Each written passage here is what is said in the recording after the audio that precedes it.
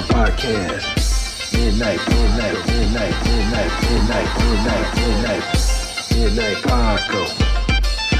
Paco Podcast. Midnight Paco Podcast. See a trucker, blast a trucker. Hey, life. Also more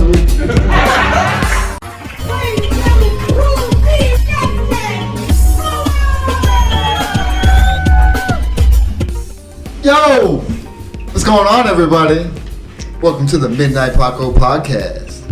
As always, you can follow me at Justin Fuller Comedy on all platforms. And I am the _great_COREE. That's where you can find me, or you can find us both at the Midnight Paco Podcast. That's right. On Instagram. As you can see, we have a special guest. That's right. He is a fellow comic. Yes. He has a special out right now. He does. John Armstrong Against the World. Was that my part? Or no, go ahead. Okay. Yeah. John Armstrong Against the World on all streaming platforms. It is the audio album. So check that out. Stream it like 1,000,000 times, and they'll give me like a fraction of a penny. So just put it on repeat and throw it in the corner. But it's the cover art. If you a hip hop head, is in the spirit of Tupac Me Against the World, right. And that's arguably the greatest, not just rap album, but album ever made that changed my life. And so it was kind of me paying homage to him, for me putting my first comedy album out. Nice. With that. Where can they find you on platforms? John Armstrong Comedy on Instagram, John Armstrong Facebook, John Armstrong on YouTube. Website, John Armstrong Comedian. Nice. Yeah. So to the Midnight Paco Podcast, brought to you in part by the Acumen Paralegal Services. Help you help yourself the legal way. The services that they offer is they help with documents that need to be typed, guardianships, probate, divorce, wills and trust, complaints, business organization, financial planning, and legal research and writing. Go ahead and give them a call at 216-727-0049 or 216-456-2000. Michelle White will get you right. You know, it's funny that you said that, that Tupac was an influence on your life, because I'm always saying that, hip hop is very parallel to comedy. Like, even the way you do comedy is like, KRS One said, you come out, you rock the mic, then you tell people who you are. Yeah. You gotta get the, you like an MC, like a master of ceremony. And it's very individualistic too. Yeah. Like the way people describe it, like boxing or golf. Yeah. I mean, don't get me wrong, you can have teams, of course, you got like Wu-Tang and all these other people. Right. But still at the end of the day, it's just you up there, and you spitting. That's the other reason why too, like, you can, as comedians, we can bounce tags off each other, but ultimately, just like rap, it's why it's looked down upon if you have writers, because we're not playing any instruments. I'm not doing any magic tricks. Our skill is our intellect. You know what I mean? Our perspective. Yeah, so that's why, it's very, very synonymous with a lot of shit in rap. So I'm glad you mentioned that. So you said, like having writers. Okay, now I just want to get your opinion on, how do you feel about comedians doing like stock jokes? It depends. Like maybe this is my bias, because with newer comedians, it tends to like suck when you see them do it, because it looks so just packaged. But there's certain comedians, old school comedians, that would just do set up, knockdown kind of jokes, but that was more in their repertoire anyway. But if you hear somebody saying a clearly repeated joke, then that's kind of shitty. You know what I mean? Yeah. Now sometimes you got to kind of pull somebody aside and let them know, because some people don't know. Mm-hmm. Some people don't know the rules, so it ain't even like they trying to be shitty. They just, you ever hear that story? Nick Cannon was talking about when he first started, and one of the first people that was around was Gary Owen. And he was saying how Gary Owen pulled him to the side because Nick Cannon was doing all these stock jokes. And Gary Owen was like, you can't do that. He was like, that's a joke. He's like, yeah, that's why I said it. But he didn't even know that you're not supposed to do it. So I'll give grace to some people that maybe they don't know. You know what I mean? But so how long have you been doing it? We at 8.5. Okay. 8.5. Nice. How old are you? 8.5. 45. 45. I started a little later. Yeah, shit. We started at 42. Yeah. We were only like going on 4 years in the game. Yeah. I mean, you get the bug when you get the bug. I always wanted to do it, Yeah, but I just didn't know there was an avenue. Right, and I was scared as fuck. And then, like, we were talking about having kids. I had my first son when I was 22. So once you can't go to your kid's mom like, I quit my job at the restaurant and I'm gonna be telling jokes. Yeah, right. You know. Plus, I'm not gonna like shit on her. She's a good person, but at the time, the nature of our relationship, if I would have told her that, she would have rolled her eyes at me. So it just wasn't the time for it.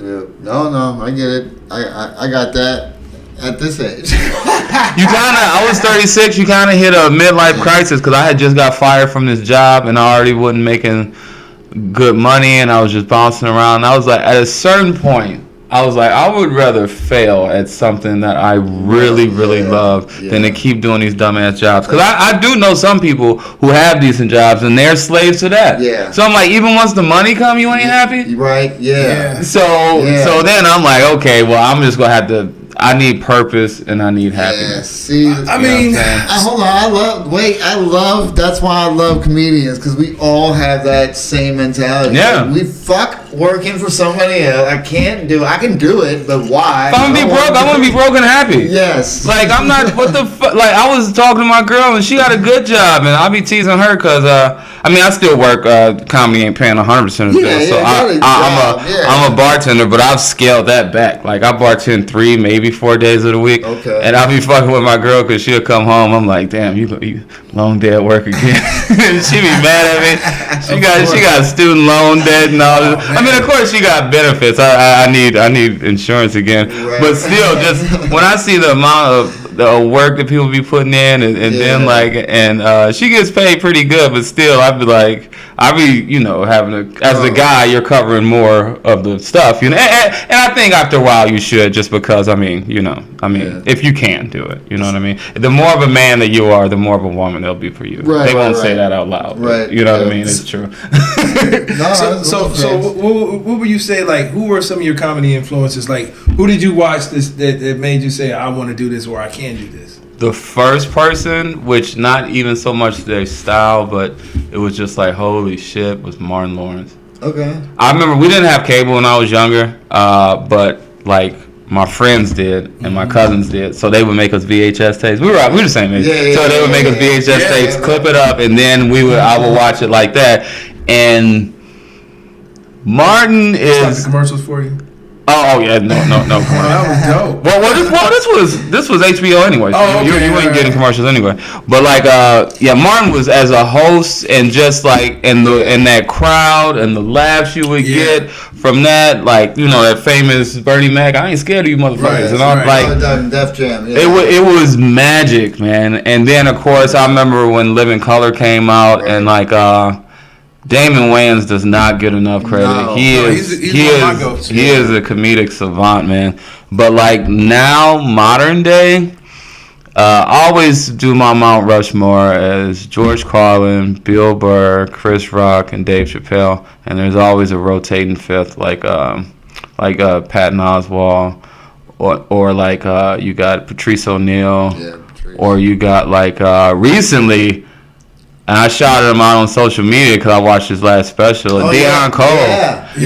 His last few specials he don't get enough credit. Front to back. And you know how you'll watch somebody, I like Chappelle, but his last ones I just watched them. Yep. But Deion Cole, you will laugh through the whole thing. No, I agree with you 100%. I didn't see his last one, but the one before it, I agree 100%. In addition to his stand-up, he's a great writer, too. Yeah. He reminds me of Damon Wayans in that way too, to where like he's silly. Mm-hmm. He can be silly and he can be serious, and that's been lost in comedy, especially a lot of black comedy too. It's kind of like hip hop, where everybody want to be either cool or whatever, and people can't be like silly. Yeah, like Handyman. Like who would do that right now? You know what I mean? Well, that's me and him. That's crazy. We were talking about that shit just yesterday. Because we were talking about being more. Like, because if we were talking, we do some silly shit to explain it on stage. Why the fuck aren't we doing that on stage? Yeah. You know what I mean? Commit Why to our aren't you joke. being like that? And Commit to the bit. Somebody else Yeah, was telling me commit to that. the bit, You got to sell it. Because that's the thing. When you Yeah. first start doing the bit, it's going to be that silence. Yeah. And you're going to be like, fuck. And then you start. But it's like, stay in it. Yeah. Stay in it. Oh, yeah. Yeah. Because sometimes you're not bombing. Sometimes they're just paying attention. Right, yeah. Yeah. And just because Yeah. you didn't find the punchline yet doesn't mean that it's over. And Right. and I've had times where you ultimately don't get to a big joke or it don't reach this big climax or crescendo, but still at the end they're like, oh man, that was so insightful. So you commit to the bit, dude. So Yeah. going off of that, so do you write or you go up there and just try and float? I write, but I rarely write out a joke verbatim, Okay. just because I used to joke around, and not that I'm like smart, but like my brain works faster than my hand does. So like if I'm writing, by the time I get to the end of a joke, my mind might have changed a couple tags here, and I have wasted so much paper doing that shit. Yeah. And on top of that, I'm just lazy too. So what I do is I'll have recently the election. Okay, Yeah. Trump got elected. Ooh, there's a lot of Latinos voted for Trump. There's a lot of poor people and black men who voted for Trump. Yeah, You know what I mean? And then I was like, I don't have a punchline, but just go up with that. And then the jokes will come. Okay. And I was able to get some stuff, and some Okay. stuff I wasn't. But you just have that outline. Okay, yeah, and just flow with it. Yeah. Okay, But that's the thing too. It's you good to be free because you got to be willing to bomb though, and that hurts. Yeah, oh yeah, it's painful as fuck. Well, and one thing too. But it all depends on what mood you're in, because sometimes you don't care. Oh Sometimes yeah. you don't care. I mean, correct me if I'm wrong, John, but I've seen you several times, and you're like comfortable as shit. yeah, because Well, it's the duck and water thing. It's panic under the water, but on top of the water, I'm like. Yeah. But yeah, the legs are like this under the water. No, You just man, can't see it. You're like quick witted, and when you said your influence, it made sense to me because I see that. I get like if I didn't know any better, I would be like, yeah, he definitely one of the Rock brothers. He one of the Chris I'm talking about. He definitely one of them brothers. But I see that you're comfortable, and you sort of like, what is it called when you rip off the headlines? just Topical. yeah, like topical. yeah. How did you find that to be like one of your realms?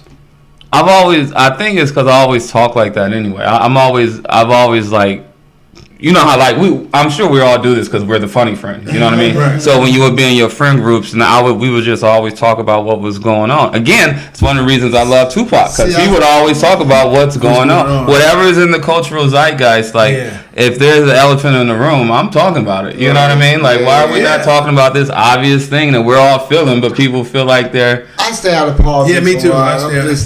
I hate politics. Well, even within my family, like when I'm you already know, like I'm just like, I don't get any of this. You guys like, it's just why? Well, I think part of it too for me is growing up poor, black, like divorced parents, a single mom, 2 sisters. So my mom already had me into like just being aware of women's issues and stuff like that. So I was always hyper aware of that. Okay. And then she was a reader, so I became a reader, and then very interested in just history and black history. And then through that, the intersectionality or how do you say that? Intersection. And the intersection of like just of history and politics is inevitable. Yeah. You know what I mean? Trust me, no, I get it, and I understand, and I agree, and I think about people and how things are in the world, but when it comes to politics, I fucking tune out Well, you can get lost in the weeds because the problem is it is very dogmatic, and people do get into.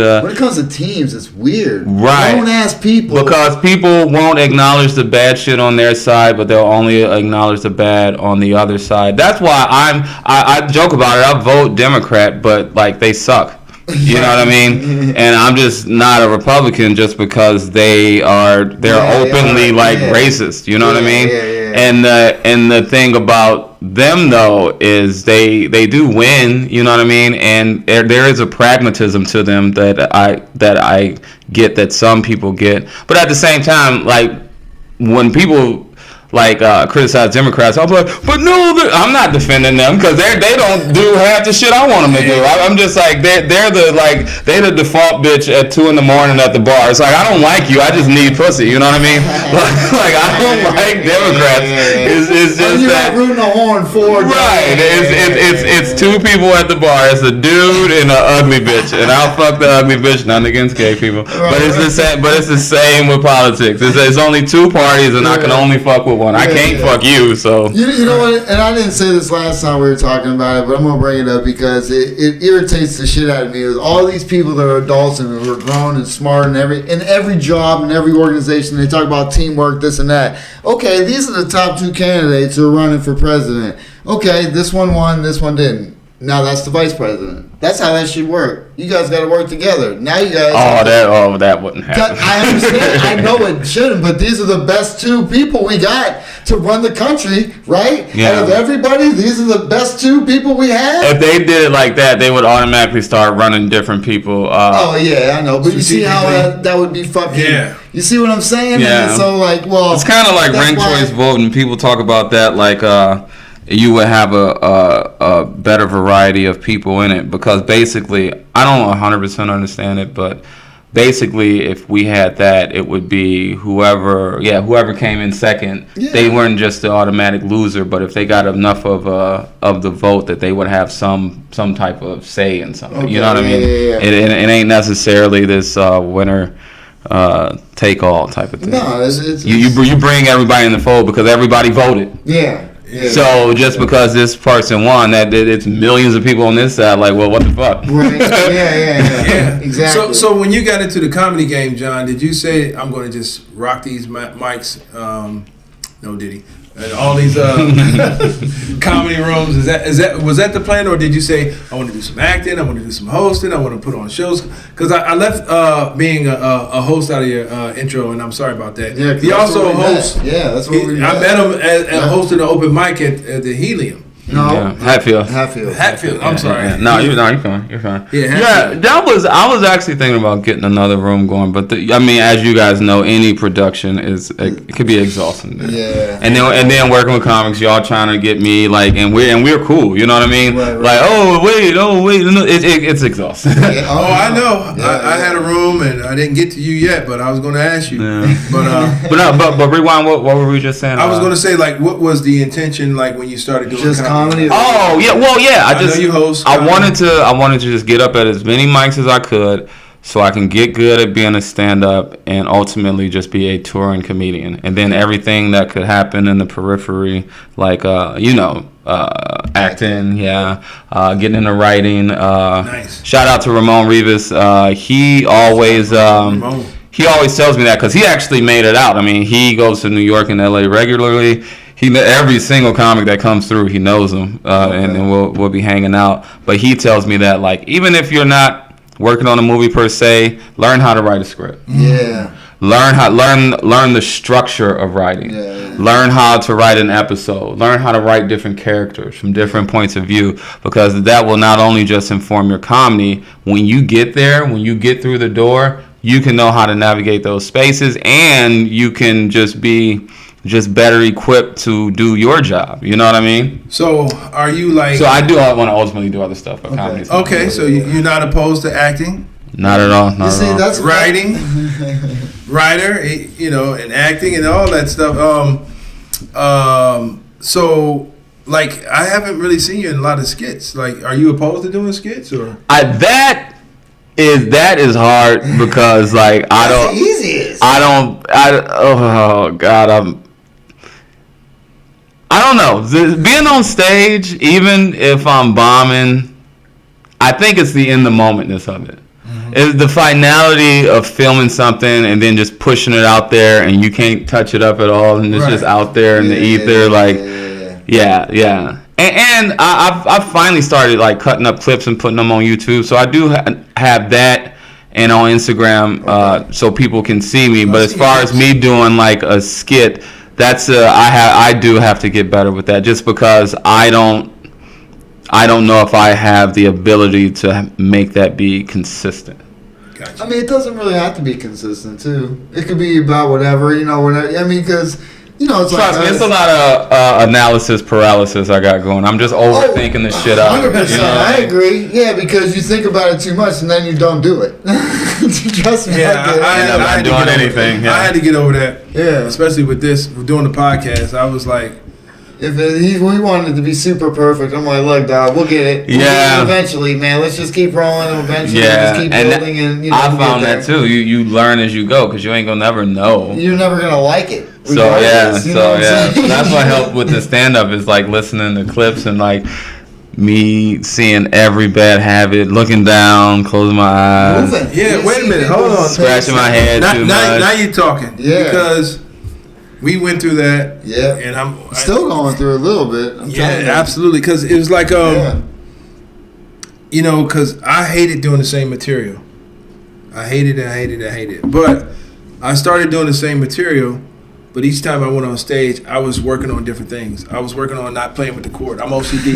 If the cord is twisted up, I'm unraveling the cord, forgetting I'm on stage. Yo, yesterday, that dude had that bitch rolled up around in his fucking hand with the mic. I'm looking at you like.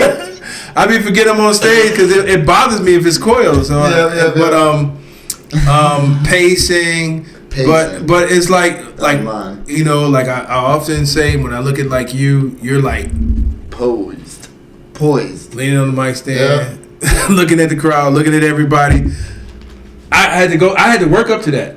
Yeah. I couldn't. Well, I did too, and I'm still in my head. You know what I mean? Like I said, it's a very duck and water thing. Yeah. I've heard people say like, "Ooh, you look so relaxed." Am I going? I'll tell you what, you know, and this happens to me every fucking time. I'm so nervous, but as soon as they say my name, it kind of goes the fuck away. There's a lot of that. It goes away because then you start then you're doing your thing. You know what I mean? I do have a thing though. Like I was just at I was at Hilarities this past weekend at a club in Cleveland. Flex. And I was shout out. I dropped the name. I was just hosting. I didn't have it. Hosting's a big thing, man. But, that's the look, I used to not want to even do it, but that's a huge thing. It's a good skill set to learn how to do and it helps you because you go through a bunch of different things. Because at first I would just want to crush and just bury somebody, but then after a while, it's like no, you have to realize this isn't about you. It's not you have to bring the crowd up and don't do all your like I got my dick sucked jokes. Don't tie a hand behind your back, but it teaches you how to be an overall better comedian. That's where crowd work works. Yeah, but dude, I was there, and like sometimes on stages like that where it's bigger and there's more people in front of you, and there's all these lights to where you can't even see everybody because it's like I'll literally feel like I'm about to pass out. Oh, really? Oh, my God, dude. You talking about holding the mic? Like, sometimes, like, when I'm in bigger places like that, if you see me holding the mic stand, I'm getting kind of, like, I feel like I'm about to fall. Oh, dog, I seen you in the gore. You killed it. So what are you talking about? But again, it's in I here. see you rolling up, smashing it. Yeah, but it's in here. Luckily, it came out good. Luckily, I didn't pass out. But no, I get it. 100%. I mean, think about like what we doing now. I'm sure like you've been with friends and stuff, and the next day you're like, "Damn, I was fucked up." And then I've had friends be like, "I ain't never seen you drunk." I was like, "Oh, I was drunk. You just didn't." So it's a thing like that. Okay, so like, I agree. All right, so unfortunately, it's a thing of playing a black room. Say like maybe a Skeets. This is a bar in Cleveland. You know where Skeets is? You ever heard of Skeets? I played that. Is that the one? 93rd. Oh shit! No, I didn't. I didn't play that one. So that's like a black room versus a white room or a mixed crowd. Like, do you have a preference, or do you feel like you could conquer all of them? I could do them all, but like it's like ultimately as a black comic, you want to do a black room because I mean, if you can't. It's like being a Cleveland comic, and you could work anywhere but Cleveland. It's like, well, what the fuck are you doing? You know what I mean? But I mean, comics will tell you like the best audience is a mixed audience, and black audiences are harder, and white audiences are easy. But honestly, I got used to the first clubs that I worked was improv. Now it's Funny Bone. But essentially, that's the black club in Cleveland. And so he's throwing them out. Another flex. I That's what I like. Look, I'm playing improv. It's a short amount of things I can count on this hand. I All love right. it because that shows your growth, and I love it. Congratulations, sir. That's a good thing. And man. shout out to John Bruden, B Shout out to Titty, John and Bruden. Chris Harvey. These are people Chris who Harvey. spoke highly of me behind my back to other people Nice. that got me up there. So That's why you're here, sir. yeah. So. We see the same thing. But I got used to working that, and then it was like, ooh, I love working these black rooms. And then I got to hilarities, and I was working that, and white rooms tend to be, quote, easier. But when I would be at hilarities, like, you would get a laugh, but then it would come right back down. Yeah. And then, so it was more like obligatory. Like, they're nice enough to laugh. But here, the thing I always say is sometimes it's harder to get a black audience on your side. But once you do, they rolling with you, and you riding a wave. Yeah. You know what I mean? So I like all crowds, but ultimately you do want to be able to work your demographic, and I don't care if you're a woman, you should be able to kill in front of women because a lot of women don't like women comedians, Right. and you know what I mean. So I say be able to work your demographic, and then everything else is just a plus. Okay, so you mentioned like being a Cleveland comic, and I'm an advocate. You know, when I ran a small room, where we had some people from Dave Chappelle's camp come to my room, I looked them dead in their face, and I told them, I said, I'll put my Cleveland comics up against anybody Dave Chappelle got. Oh, Cleveland, we got some heat. We got heat. Yeah. And I didn't realize that till I started working these clubs and people would come in from out of town. I'm like, you from New York? you were regular at this place, Yeah. or you worked the Comedy Store? I'll tell you what I see. You at the Laugh Factory? I said that, and another John disagreed with me, but I'm like, well, he said other places too, and I agree. Like, you know, of course Detroit got heat. You know, Oh yeah. of course maybe Buffalo got heat, but it's like, man, Cleveland, we got that heat. I personally think Cleveland against everybody, we'll dominate. That's just what I feel. I think we could too. I think one of the things that makes you funny is adversity, and that whole Cleveland against the world thing is so true. I mean, even the Cavs right now, shout out, we 13-0, and we barely getting any press or anything for that. It's always something, the shit we've been through with the Browns, even like the whole history of this city, the racial strife, the jobs going away, and even the weather, man. Like, with it being just cold or just hot as fuck in the summer, it creates a certain type of person. Yeah, it does. Yeah, It does. You gotta go to work through all of it. Yeah, you learn how to work. All of it. Right. You learn how to work hard and you learn how to play hard. I've always said this, and it's like, I've been to two places with, me and my girlfriend at the time. One was LA and the other one was Canada. And someone actually told us they knew that we wasn't from there by the look we had on our face. Now that says something. That says something. By the look we have on our face, they knew we wasn't from there. Were you like this? No. We have a ground. Maybe the opposite. He's like, it's not Cleveland. No, we got a look that we don't recognize. I recognize it when I watched Judge Lynn Toller, divorce court. Remember divorce court? From her walk from her chambers to the bench, that's Cleveland all day. She got her purse. She got that growl on her face. That's Cleveland. Just pay attention. Next time you see some old episodes of her walking from the bench, from her chambers to the bench, she got a Cleveland growler. We got a look about ourselves. My cousin told me that he moved down south, and he was like, one of the first things he noticed, he was like, all the women smile at you. He's talking, and black women, all the women smile at you. People just throw up peace signs and say hi. He was like, everybody was like super friendly. And then I sent him something on Instagram, and he was like, dudes in Cleveland, like, I've been a lot of places, and he in Tampa now, and he like, I only see that aggression in black men in Cleveland. Don't get me wrong. I know we got LA and Chicago. I'm not trying to go for a badge of the grimiest thing. I'm not saying that. No, I dig it. But I've talked to people who've been out of town, and they're like, it's a particular type of. I remember when I lived in Columbus, which is 2 hours away. Right. Like, and shout out to Columbus. Columbus is cool. I'm not shitting on them, but like, that is a world away.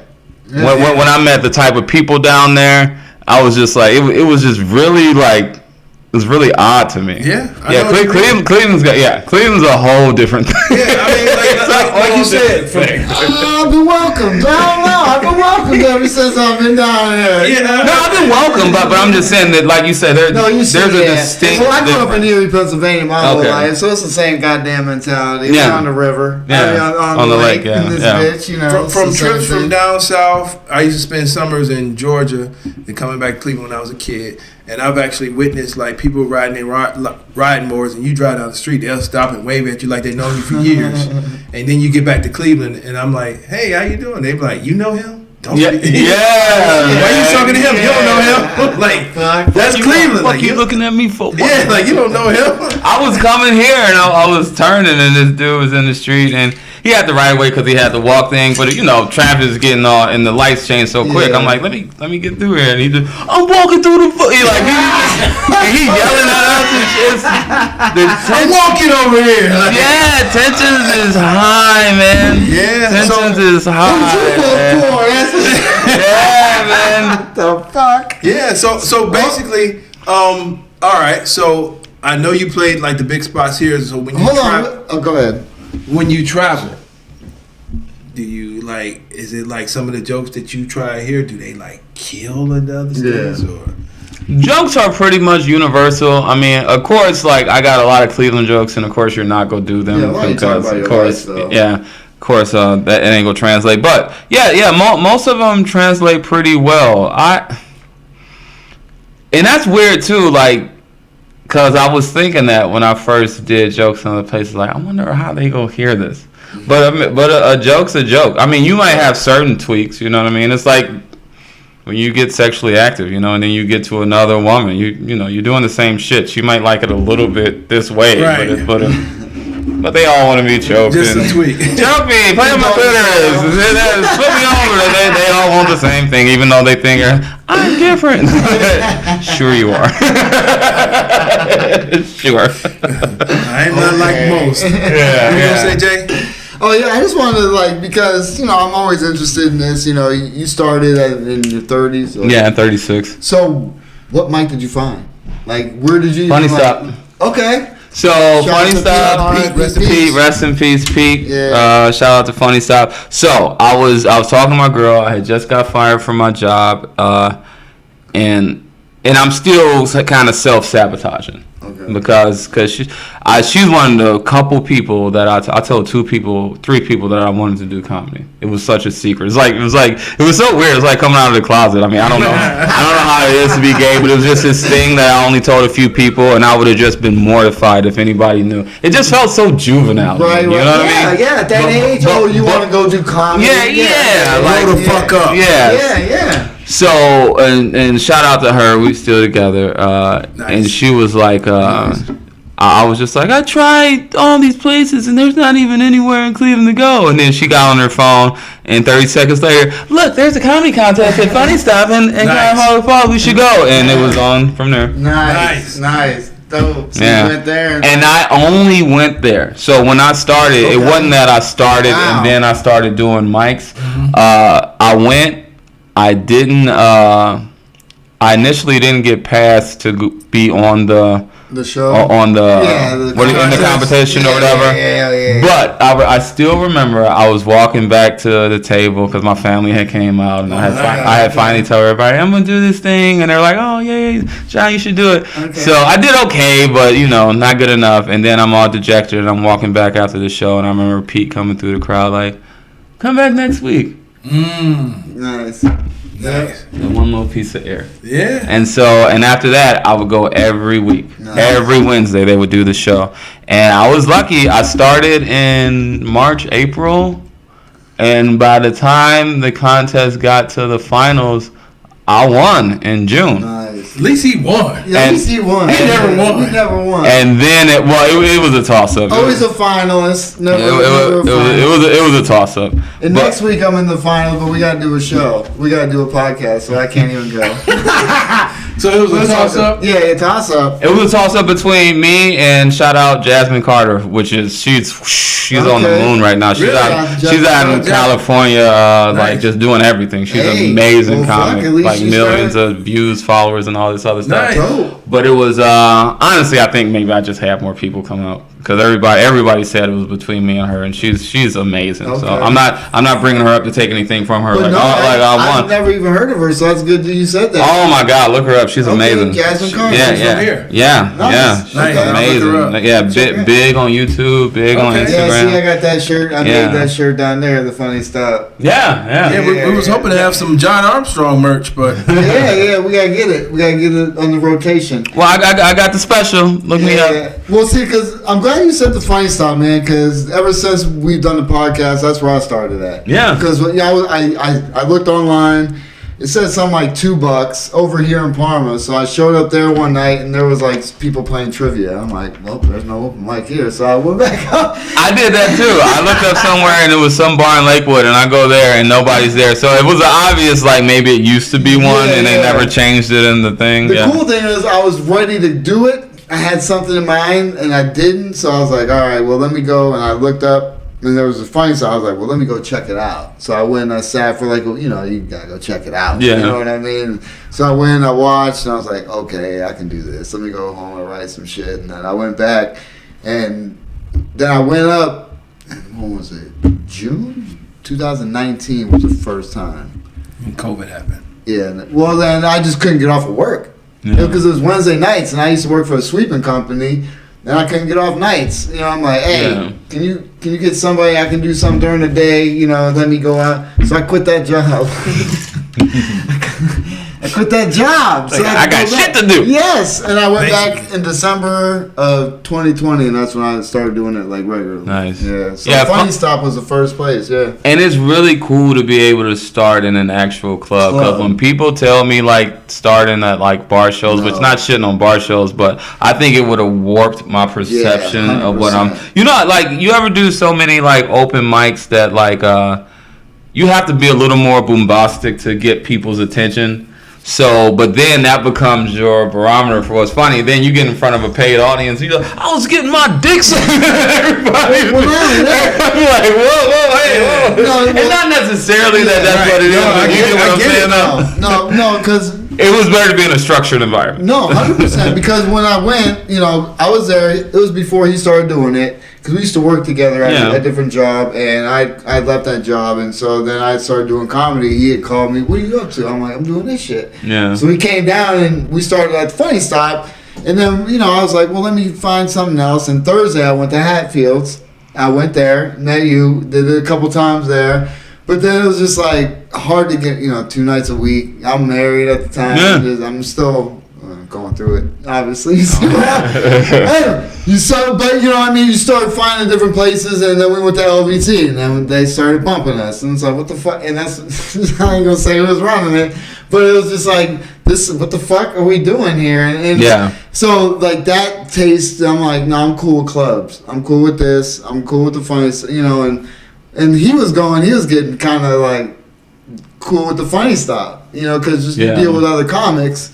You know what I mean? That was cool too, getting to meet the other comics. Yeah. Getting to see other people. And like when you hang out there, once they let you kind of hang, when you can see a comic on the weekend and see how their early show is versus their late show. Right. And just kind of that whole seeing how the sausage is made. Yeah. You know what I mean? It kind of reaffirms you too. You see somebody funny and then you see them before the show and they nervous. I'm like, you nervous? Right. It's really like okay. It's never going away. Yeah. You're just like, okay, all right, I'm not crazy. Right. You know what I mean? I remember I did it. I was guest spotting hosting for one of the guys there, and he was just like, wow, there's that many people here? Yeah. He was like nervous as shit. I'm like, okay, cool. So it's like basically like when you're doing open mics at bars and things like that in front of all comedians, it's really kind of like you really can't gauge how well your joke is because I mean it's not okay. So I can only speak for myself. If I'm sitting in the audience, it's just because I'm not laughing doesn't mean that I don't think you're funny. Right. Yeah. I'm looking at it like, oh man, I see where he went with that. Oh, that was good. I'm attentive, but I'm not. Sometimes I'm not laughing out loud. And it's kind of hard to gauge your jokes in front of comedians. Well, yeah. If you're gonna do it at open mic anyway, I think the purpose, and this is what you had to get into your head a lot of times. It's just a rep. You gotta just get. Oh yeah. You gotta get it out. You're there. Or sometimes you just gotta hear it come out of your mouth. Gotta, you know what I mean? How does this just phonetically? Because you're either thinking about it, or you had wrote it down. Now you just gotta get it the fuck out. Yeah, you don't care that these other comics had left. They're over there drinking. You can hear the other motherfuckers on the other side. Yeah. Yelling and talking shit. These people ain't paying attention. Bartenders shaking. Yeah, they're thinking about going up. Person who just got off and killed is over here being loud. Yeah, it's so much of that shit. It's like, I'm done. So fuck y'all set. You know what I mean? Exactly. So just go and just focus on getting it out your mouth. But yeah, that is the pure reps, because that was the thing too. I wasn't one of those like comics that was like I only do clubs. No, I became like every single open mic I would do. But when I first started, it was just funny stuff, and then after the competition was over, I got my first weekend the host there. I remember it was Josh Volkov. He's still super cool to this day. Love that dude. Yep. Him and shit. Trying to remember, I forget. Either way, so after that, the next stage that I did was Make 'em Laugh Monday, John Bruton at the Grog Shop. And shout out to John Bruton. Oh yeah, I always tell John, and this ain't me blowing smoke. That is the best room outside of the clubs, because he consistently gets a paid audience. Mm-hmm. It's essentially a black crowd, but sometimes it's a mixed crowd. That's pretty. But it's like it's. If you want to put in reps and really gauge jokes, and sometimes it's a harder crowd too, but that's what makes it fun. Because again, once you get them on your side, that room, if you rock that room, it's... Shout out to Kevin Ford, bro. Yeah, shout out to Kevin right now. Oh my God, Kevin is putting it down, man. I know, man. Kevin is putting it down, man. Yeah. Every time I just got something, I think I'm gonna be back there either later this month or in December. But it's always a good time, and they always set you up right.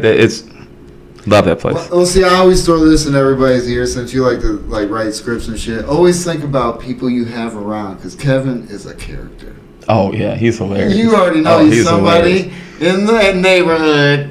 Well, even his natural cadence. That's what I'm saying. Yeah, is funny. Exactly. You know what I mean? Yeah. So do you have any tours or any shows coming up right now? Because I know you got to go. I had a show in 5 minutes. I'm doing Southern Tier, which ain't gonna matter when this comes out. But shout out to James O'Brasfield. He does that. That's a bar. That's a bar downtown Cleveland. I don't know if it's monthly or bi-weekly. And then I got a few independent things up in the air, but nothing big. It's been pretty slim from summer to now. I mean, I'm working every weekend, but a lot of things come together last minute. I'm forgetting something off the top of my head. Like I said, I don't remember the date, but I'm gonna be back at Grog Shop real soon.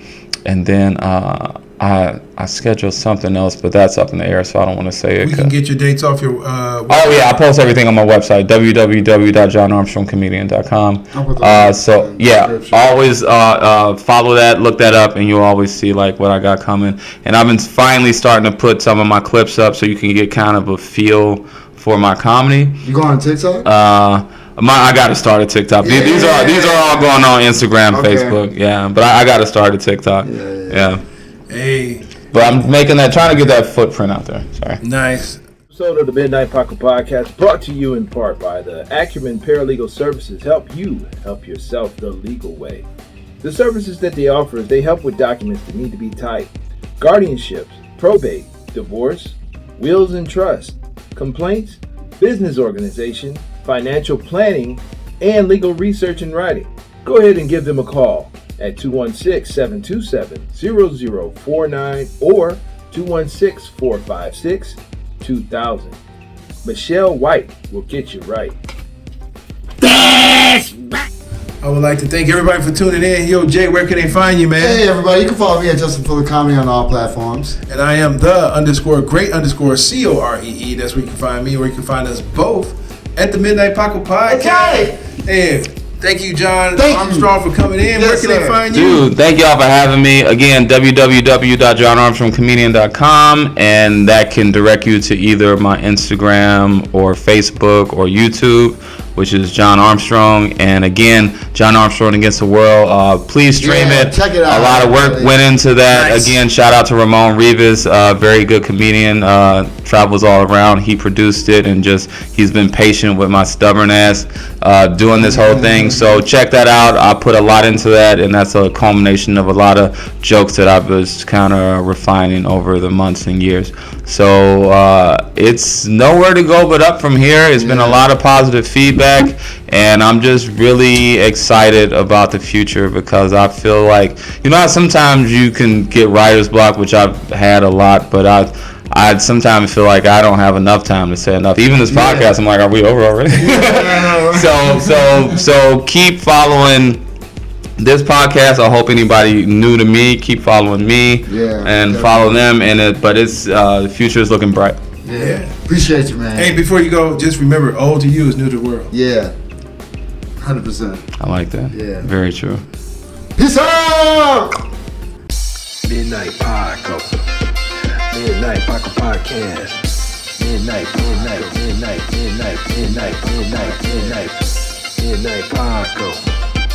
Midnight Paco Podcast. Midnight Paco. Midnight Paco Podcast.